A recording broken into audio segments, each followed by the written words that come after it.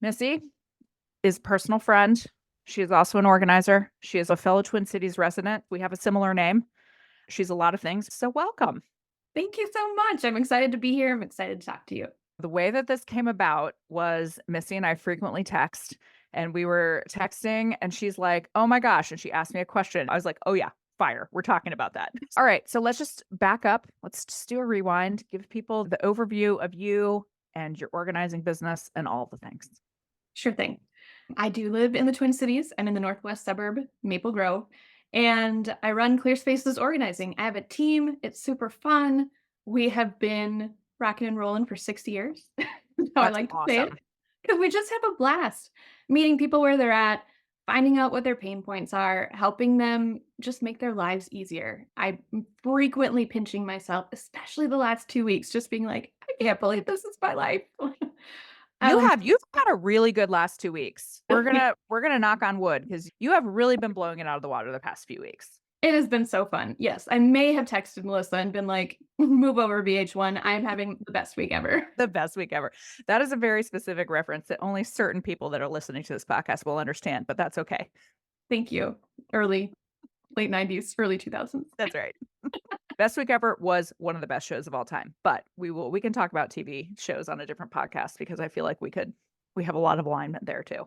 You see But me legitimately close my mouth to stop myself. Thank yeah. you.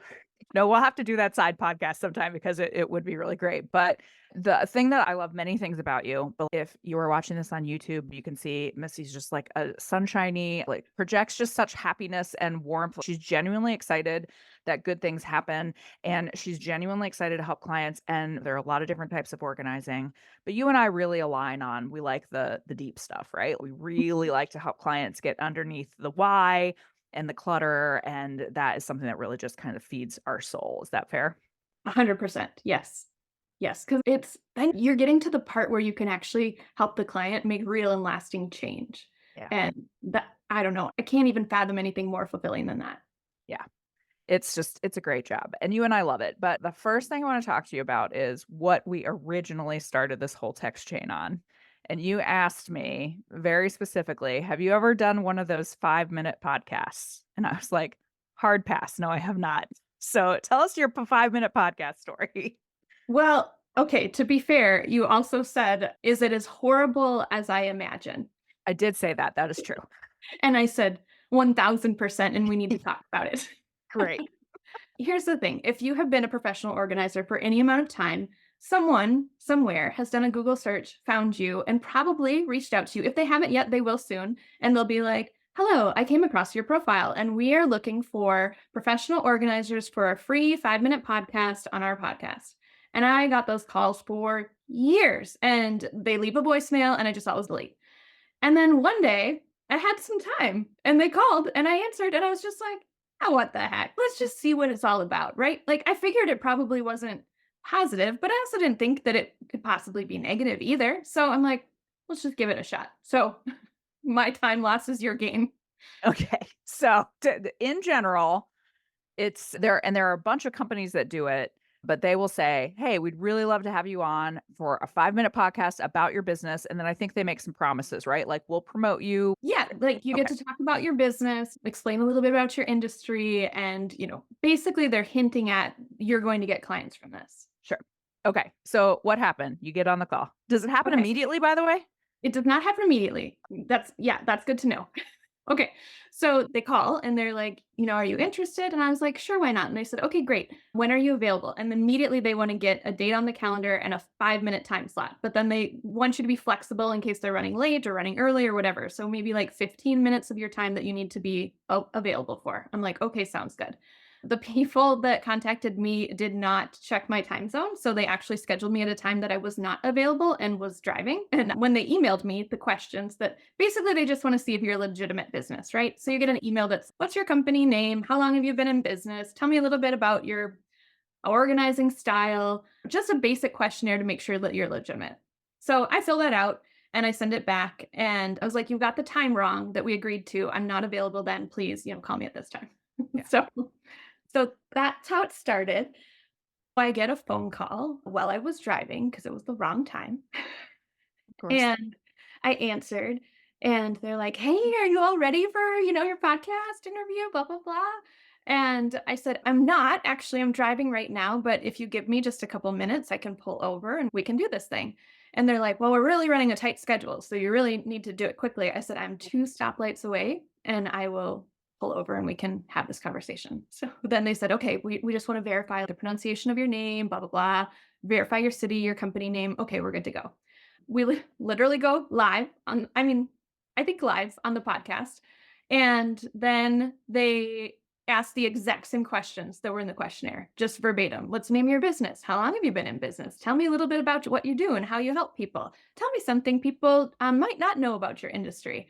And then they're like, "Well, we're out of time. Thank you for your time, blah, blah, blah. You can find Missy. Where's the best way to reach you?" And then I'm Yeah. sharing the website. And they're like, "Thank you." And then click, hang up. They're done. Like you're just, Oh, yep. oh, it And really was like 5 minute and then over. The sales pitch, I assume, comes later. yes, gosh, you Okay. are so good at this game. Okay, right? So I was just like, "Okay, well, it is what it is." And that was interesting. I move on with my life. About 45 minutes later, maybe a half an hour, it wasn't very long. I get a phone call and they're like, "Hi, is this Missy from Clear Spaces Organizing?" I was like, "It is." And they said, "Oh my gosh, you were recently on our podcast." And I said, "Yeah, like Yeah, like about a half an an hour hour ago." ago. And he's like, "Well, I just want to tell you that we had people calling in wanting to know more information about you." Which Unbelievable. automatically I was like, I mean, why would they call you when I gave them the information of how to Yeah, contact right. me? So, Because they're lying. Anyway. right, it seems a bit untrue. But I was like, you know what? Let's just play this whole thing out. Let's see how it goes. I've got some time and I'm easily amused. Here we go. I think this is the important part is you were doing this for your own amusement, Oh, for okay? sure. Like you were doing it, we'll call it market research for me maybe, but you were doing this for your own amusement, not because you actually thought that something would come of it, which we'll No, talk about in a little bit. No, it was really just a lot of curiosity of, you know what? They have called me so many times. Let's just see what it's all about. Love it. And so here I am in the midst of their marketing pitch that they're just gearing up for here. And he's like, "I got to tell you, you have some incredible public speaking skills. Do you speak often?" And I said, "Oh, that's such a nice compliment. I do enjoy talking." Big fan of And talking. right. And he's, "Well, what we do is after each person is on the podcast, we give them a score, a rating on a scale of 1 to 10. And I want you to know that you scored in the top 5%. You got a 9 point something." And I was Oh like, my gosh, I'm so proud of you. I know my ego is just, so they're like, "Okay. And what we want to talk to you about is coming back on the podcast and doing a 30-minute show 10 times over the next year or something. We really think that you have a lot of valuable insight." And they did pluck away one thing I said, but to be fair, it was a really good point I made that was a little bit distinguishing me from other organizers. And they said, "We'd love to talk more about that with you." And I was like, "Okay." And I said, "Well, what does that look like?" And he's like, "Okay, so there is a cost involved though." And I was like, Of course there is. "Okay, well, here it is." Weird. And but he doesn't talk about the cost first. First, he talks about all the reasons why I'm so great and how I have a voice that people are going to want to listen to and learn from. And they have a network of up to, what did he say? Up to 40 million listeners, but we frequently, like our average is 21 million. And I was like, okay, it's a podcast that runs, what did they say? 365 days, 24/7, which I'm just like, who? I don't know. I'm still a little confused on who the target market is of this particular No, place. I just don't So, believe anything that's happened here so far, but continue. yeah, carry on. Okay. Then he says, "Because, we like your voice and we think that people would really respond to it, you would get sponsorships. And so that's why we're reaching out. And then that's how we get paid." And I said, "Okay, I would be giving my free time and education for you to get paid. Would you also then in turn be paying me?" Mhm. And he's like, "Oh, no." He goes, "What you're looking for is an endorsement. I'm talking about sponsorships." And he's like, "An endorsement is like Michael Jordan." And I said, Oh, okay. "Oh my gosh, thank you so much for comparing me to Michael Jordan, but I really don't think we're on the same page here. And if you are not willing to pay me actual cash dollars, I don't think we have anything else to talk about." Yeah. And he hung up. Poor dude probably hears no like 100 times a day. Was there also going to be an associated charge on top of it? Like they're gonna get these sponsorships plus you're gonna pay them, right? I apologize. It's been like a week and a half. My brain Yeah. forgot the money part. Yes.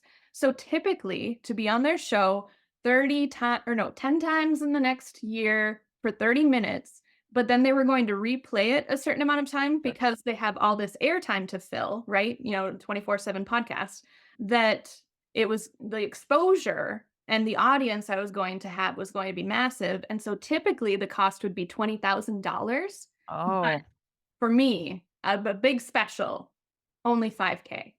okay. $5,000. Then he said, and he goes, and I know that you might be thinking to yourself, I've never heard of your podcast. And he goes, but up until today, we hadn't heard of you either. And I was like, ooh, that is a slick line. I Good like that. one. That's a good one. I would go out on a limb to say it would be more effective for you to go to the bank and withdraw $5,000 and light an actual match to it and light it on fire. Yeah, at least And you if would be you warm. videotape that and put it on social media, you would probably have better views than if you actually signed up for the podcast thing.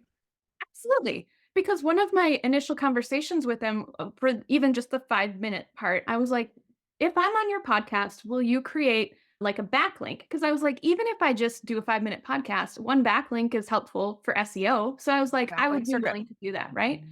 And he's like, oh, yes, absolutely. So I went to the podcast website after it was all done. There's no show notes, there's no backlink. So they didn't even do what they promised. I can think of so many things that you can spend. $5,000 is a lot of money Do you for know an how far organizer. that goes on Google Ads? $5,000. First of all, I would say you 3 could take years.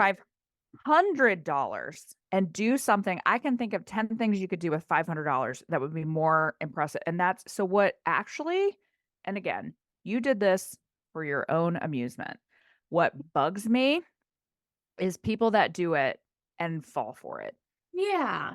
Because I just know so many people who've been taken advantage of in the organizing industry. Obviously, I know more people in the organizing industry, but even outside of the organizing industry. And I hate this feeling because I'm a person that likes to generally believe in the good of people. Like, I don't want to go in and assume everyone's trying to like sham me. But so many of these pitches, what I want people to do is you have to assume it's garbage until you are proven otherwise. That anything you are getting pitched, because the other thing I want to say is think about this. Do I go out and personally cold call people with organizing services? Do I send emails to just random people and go, I think you need your house organized? No, I don't. I have people that find me. I do a lot of things to have those people find me. And do I do some outreach? Yes, to let people know my services exist. But if you are searching for a service that will help you, that's one thing. If you are getting pitched a service, 9.9 times out of 10, I promise you, it's just a cash grab. Oh, 100%. Yeah. And your point is so valid because, if I had been new in my organizing business, I mean, 5K still would have been a ton, especially then. $5,000 it's a lot. Right. But yeah, you can just see how someone could get their ego stroked and be like, oh my gosh, they don't say this to everyone. I'm in the top 5%, and whatever. Yeah. They have a script. Sure. They're following the script. Absolutely. I don't mean to hurt your feelings. Everyone gets a 9.4. Like, It was 9.7. Let's just be oh, clear. I apologize. I'm very sorry. Probably not everyone gets 9.7. That's really good.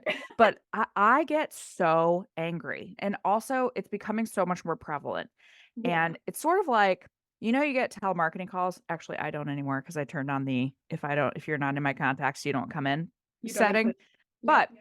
there are so many things that have your number. There are so many scams out there. And you know how they say like telemarketers wouldn't exist if it didn't work for Right. someone. Yeah. Someone is falling for this because it's a business that makes money somehow. Don't be the Yeah. person that falls for it Absolutely.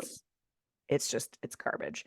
And I assume that you, like me, are also getting, I mean, at this point, it's multiple times a day. It just hurts my head. The messages on Facebook saying you're about to get, your profile is in violation of copyright and it's about to be Yeah. taken down. You need to Scams. click here. Yeah. Right. Meta, trust me, because I know people this has happened to also. If they decide that they're going to get rid of your account, it's just going to disappear. Mhm. They're not going to give you a warning. Yeah, no, your account's just going to be gone. You are not going to get a message from them, and you're definitely not going to get an email from them at a gmail.com address. That is the number one way I think that people can check some of these things out too, is if someone is emailing you Yeah. and it is just a gmail.com address, delete Mhm. immediately. Or some other weird .com that doesn't match what they're asking for. Like, it's Also just that. yeah.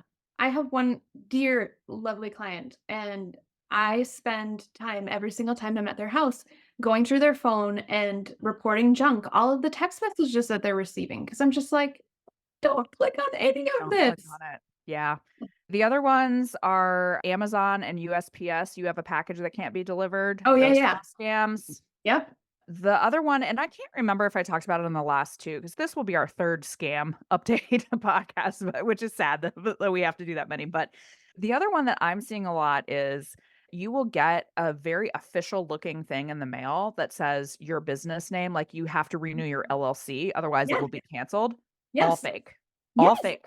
100%. The first time I got it, I scanned it and sent it to my accountant, and I was like, "Didn't we set it up so that we only had to pay once rather than Scam. annually?" And yeah, do not pay that. Yeah. Because that and those are very expensive. Like, I got one the other day for something for Inspired Organizer, like a trademark, and I did get scared for a minute, and I'm like, "No, I know this is a scam, but I still wanna make sure," and it is. It's Right. just it's a total like, I checked, and we weren't even within the window of when you had to renew, blah, blah, blah. They were saying it was $1,000, all this stuff. Yeah. Nope, it's free.